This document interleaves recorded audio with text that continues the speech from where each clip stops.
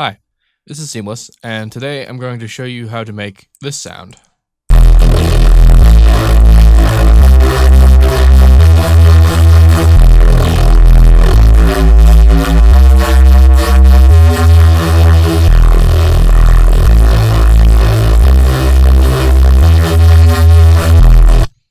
to show you how to make it, and I'm going to show you how you can do that with any plugin and any digital audio workstation. So, this is a very basic Neuro Reese type sound, as you can obviously you just listen to it. But I'm showing you this because I'm going to show you how to make this, and then I'm going to show you how and why Harmor can do it better, and with only just one of it and not all this all at once. So you kind of see what's happening in this patcher, which is what's playing it. You could probably guess what it's doing. What I've done here is I've basically frequency split, and then I put a different chorus effect on each of the higher frequencies, and I run the bass out by itself, and distorted it, and then put another chorus on it, and then a little bit of mixing. It's very, very slapshod, because I mean this is just a basic idea, but the whole point is that we're doing frequency splitting, and then like a whole bunch of mid to high splits, and then doing different chorus effects on each of those splits. And then when we put them all together and distort them, the interplay underneath the distortion is very interesting. I can make it more advanced by putting an EQ before the distortion that would further shape the character of the distortion. Also EQ after, but that's more of a mixing thing when you have a track than just making the sound right now. But the whole structure is right here. You got your plugin, your frequency split, however you do this. I decided to do EQs, which worked out pretty okay for this particular purpose because it doesn't need to be too exact. It just needs to be different enough. But you might want to use like a linear phase EQ option, or split, like with what I did in previous patchers. I would do multi-band compressors and then solo bands, but have the numerous multi-bands so that I have like the split there. And that worked out pretty well. There's other options, and it's going to be different for whatever DAW that you're using if it's not FL Studio. I don't know how to do that in Ableton or Logic or Reason, but I'm sure if you are using this DAW that you either do or you know someone who does, or know where to ask to figure that out. But just to reiterate, the whole point here is frequency split, different choruses, distortion, more chorus, and like the point of resampling, like traditionally, is that you have this, and then you render out the sound, and then you run it through this again, or a different version of this, and then you keep doing that until you have a really ridiculous sound. In theory, you don't have to do that. You could just keep extending this, and doing more and different versions of it over and over again, and you might get a cool sound. People have been doing that for basically ever. Now, again, the point here, the reason why this sound sounds the way it does, is the difference in pitch spreading. So like the primary warble you're hearing is because there's actually a unison set on two voices with the pitch difference pretty high. If I were to turn that off,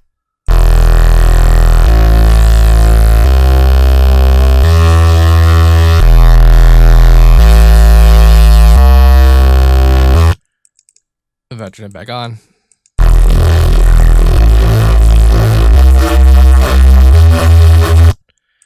so like that's where that's coming from. But then the character differences are coming as a result of the higher frequencies having different chorus effects on them.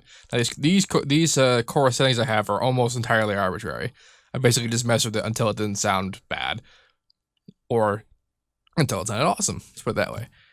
But I'm going to once more reiterate that this is about pitch difference and frequency sections. And now I'm going to, just so that I can show you why, when I do this at Harmor with the, oh Jesus. Yeah. When I do this in Harmor with the unison mapping and why it's awesome.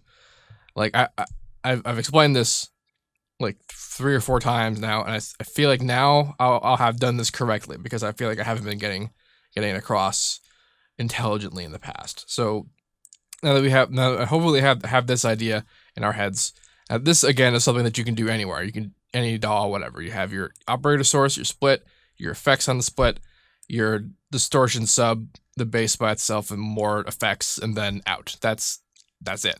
You can do that anywhere with anything. Now, what Harmor can do is basically the end-all version of that. So let's make that pattern again.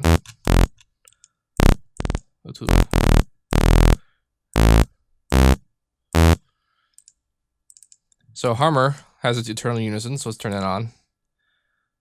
Yeah, whatever. It's fine the way that which one it is.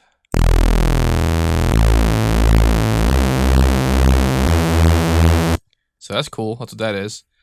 And then if I were to go to the distortion, let's do a vaguely similar one to the fast distortion.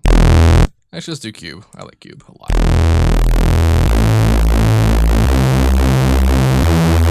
Of course, the sound's going to be different based on like what kinds of chorus effects you use and what kinds of distortion you use, but largely it's the same concept. So you should be pretty okay doing it with whatever plugin you have on hand. You can probably even do it with free plugins. So now we're going to open up this envelope tab here. We're going to go to harmonic units and pitch. Now, this setup, I have the sub basically doing nothing. There's no effects on the sub. It's just straight, normal, and out. So in this example, that would be as if I left the sub alone in Harmor. But if I wanted to recreate that, basically what I'm doing is I have the sub, and then I have my 4 splits, and then just different effects for each of the splits. Well, not different effects so much as different effect values. Different units and values for each split.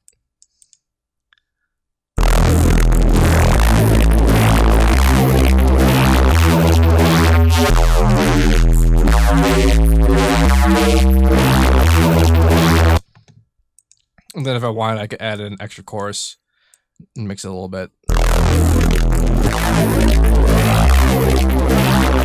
And now I have just enclosed in one Harmor this entire signal chain, more or less. It's obviously a bit different just because it's a bit different, but like this is more or less the same idea. This is the same basic concept. And why Harmor is awesome is because while this is basically 4 different regions, and that's locked into, like, I could have done 4 different regions here. I could have done 40, and it still wouldn't have been as good as what you can do in Harmor when you just do that.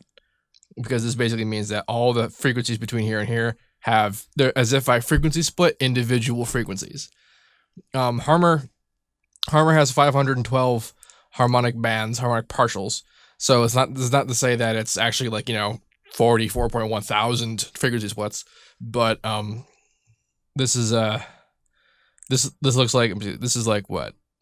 Well, it doesn't actually, this isn't spectrum, it doesn't in octaves, so it's a keyboard track. So it's like that note is here, and then that note is still here. So like this area of this note would do that. And however, if I were to resample something, like if I were to load in just like this citrus here without any of that, I just rendered it out and then loaded it up in here, then this would be spectrum related. It would be almost the exact same effect. However, because this is octaves and not spectrum, it's per note.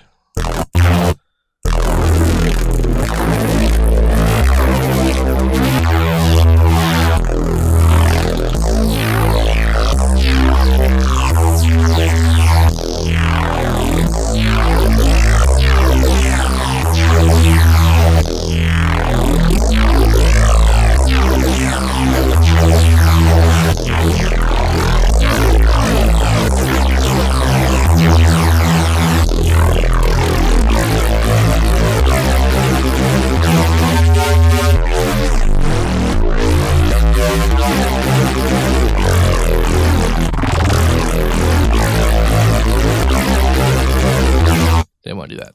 So I hope that now I've gotten the basic idea more or less properly explained. Now, the at least for how you do it in a Harmor, but this idea, this idea here is applicable again in any DAW with any plugin anywhere. And this is more or less how it's been done pretty much up until before Harmor came out. And presumably you could do something similar with Alchemy and other additive synthesis based plugins, because that's what Harmor is, and that's why you can do that. But I mean, the technology is there, but it just may not have occurred to the developers to implement that kind of thing. You know what I mean?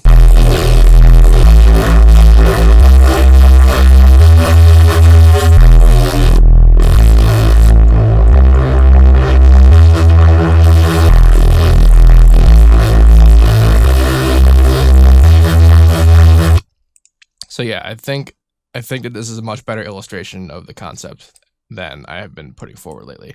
I'll put up this patcher preset here for you guys to download so you can look at that. And I guess I'll put up this harmor preset. I mean, it didn't really do much, and I've kind of put up a bunch of these already. But hey, if you're looking at this for the first time, that could be useful to have it all in one place. So that's what I will do. Pop, pop, pop, pop, pop, pop, pop, pop, pop. I don't have a pop filter. That's why it makes that sound, so I talk away from the mic. I'm basically perpendicular to the mic right now, but now I am not. And now I am. And now I am not. The more you know. Okay, if you have any questions, let me know.